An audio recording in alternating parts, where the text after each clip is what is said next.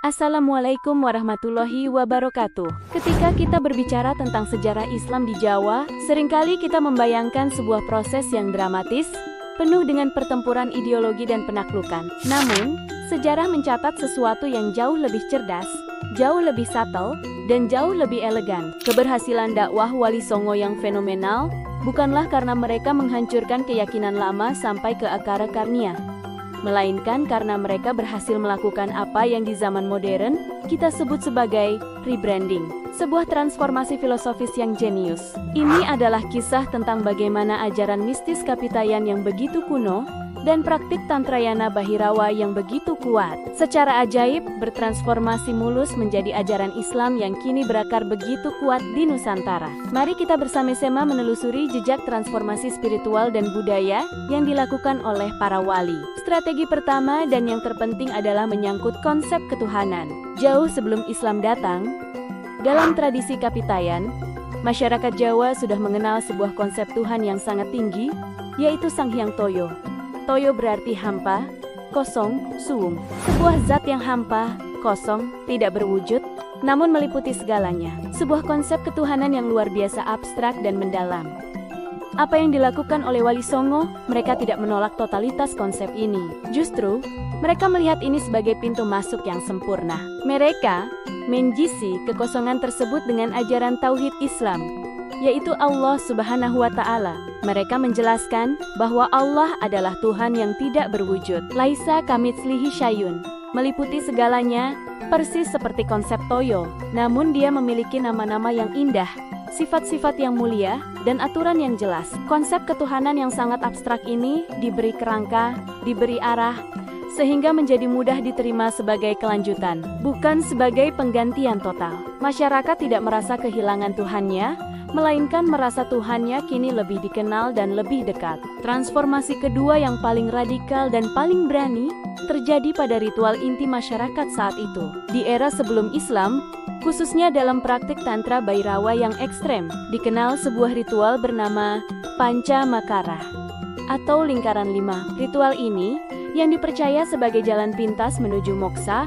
atau pembebasan, justru melibatkan pemuasan nafsu tertinggi, seperti meminum minuman keras, berhubungan seksual bebas, bahkan mengonsumsi daging-daging yang terlarang. Sebuah jalan spiritualitas yang penuh dengan syahwat. Wali Songo, khususnya Sunan Kalijaga, yang sangat memahami budaya lokal, melihat ini sebagai sebuah ancaman moral yang harus diubah.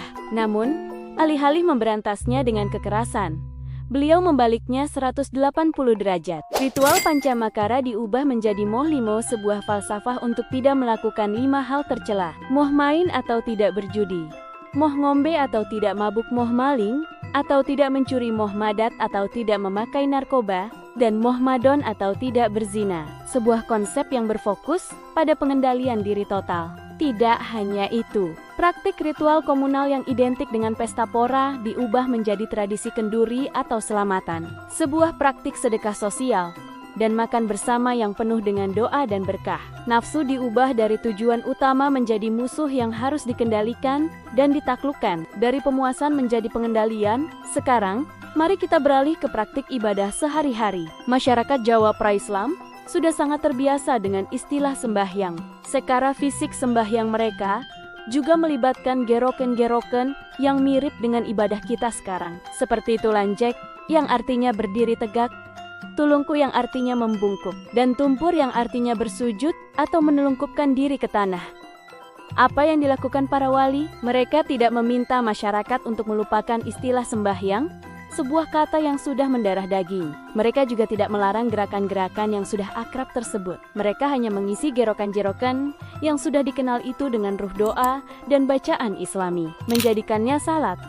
Bentuk fisiknya boleh mirip, tetapi maknanya kini sepenuhnya mengarah pada penghambaan total kepada Allah Subhanahu wa Ta'ala. Istilah sembahyang tetap dipakai, bahkan hingga hari ini, namun maknanya telah diislamkan secara sempurna. Begitu pula dengan tempat ibadah. Sebelum Islam, masyarakat memiliki sanggar, sebuah tempat suci lokal yang biasanya digunakan untuk memuja roh-roh, dewa-dewa, atau arwah leluhur. Wali Songo tidak menghancurkan semua tempat ini. Banyak diantaranya diubah fungsinya menjadi surau atau langgar, sebuah tempat sujud kecil atau mushola. Fungsi sebagai tempat suci untuk beribadah tetap ada, tetapi objek pemujaannya kini dialihkan sepenuhnya ke arah kiblat dan kepada Allah semata. Fondasinya dipertahankan, arahnya diluruskan. Bahkan simbol-simbol visual yang sangat sakral pun diolah dengan sangat cerdas. Kita semua tahu wayang. Awalnya, wayang sering digunakan dalam ritual pemujaan arwah leluhur dan berhubungan erat dengan mitologi Hindu-Buddha. Sunan Kalijaga melihat potensi besar di dalamnya. Beliau tidak melarang wayang, justru mengubahnya total menjadi media dakwah yang paling efektif. Bentuk wayang distilisasi agar tidak menyerupai manusia secara utuh, dan ceritanya diisi dengan ajaran Islam. Melalui pertunjukan wayang, Sunan Kalijaga menjelaskan tentang hakikat manusia, hukum-hukum Islam, hingga kisah-kisah para nabi. Begitu pula dengan gunungan atau kayon, yang dalam pertunjukan wayang menjadi simbol tahta dewa dan alam semesta. Wali Songo memberinya makna baru yang sangat mendalam. Gunungan Tauhid, bentuknya yang runcing ke atas, melambangkan perjalanan kembali semua makhluk menuju Allah yang Maha Esa. Inna lillahi wa inna ilaihi roji'un. Sebuah simbolisme alam semesta yang diislamkan dengan indah. Inti dari semua transformasi brilian ini adalah bahwa keberhasilan Islam di Jawa bukan karena penghancuran, melainkan karena pengisian makna baru. Ada 3 poin kunci dari strategi Wali Songo yang bisa kita pelajari. Pertama, metode infiltrasi budaya. Para wali tidak menyerang langsung ajaran Bhairawa yang pada masa itu identik dengan kesaktian dan kekuatan magis. Mereka tahu perlawanan langsung akan sia-sia. Sebagai gantinya, mereka menawarkan tasawuf, yaitu mistisisme Islam. Ajaran tasawuf memiliki rasa spiritual yang serupa dengan yang dicari oleh masyarakat Jawa, keselarasan dengan alam, pencarian makna batin, dan pencapaian makrifat atau pengetahuan sejati. Namun, tasawuf datang dengan dasar akhlak yang jauh lebih mulia, lebih bersih, dan lebih terstruktur. Mereka menawarkan pengalaman spiritual yang sama dalamnya, tetapi dengan jalan yang lurus dan terang. Kedua, adalah pribumisasi atau lokalisasi ajaran. Dengan mempertahankan istilah-istilah lokal seperti sembahyang, surau, puasa, tumpeng, atau bahkan pakaian seperti blangkon, Wali Songo membuat orang Jawa merasa sangat nyaman. Mereka tidak merasa menjadi orang asing di tanah airnya sendiri saat memeluk Islam.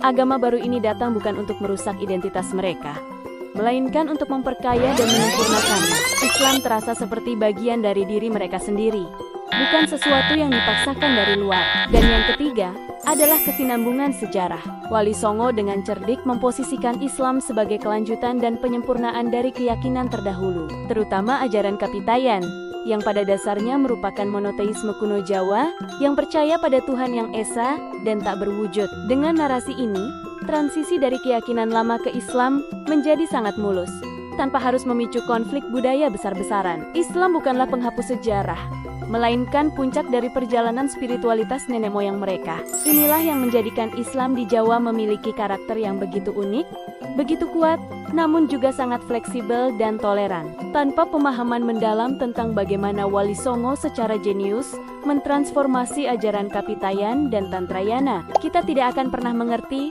mengapa media dakwah mereka justru melibatkan wayang, gamelan, kidung, dan tumpeng. Mereka bukan hanya ulama, mereka adalah master strategi budaya. Terima kasih telah menyimak. Semoga wawasan ini menambah kecintaan kita pada sejarah Islam Nusantara. Jangan lupa subscribe untuk konten-konten menarik lainnya. Wabillahi taufik wal hidayah. Wassalamualaikum warahmatullahi wabarakatuh.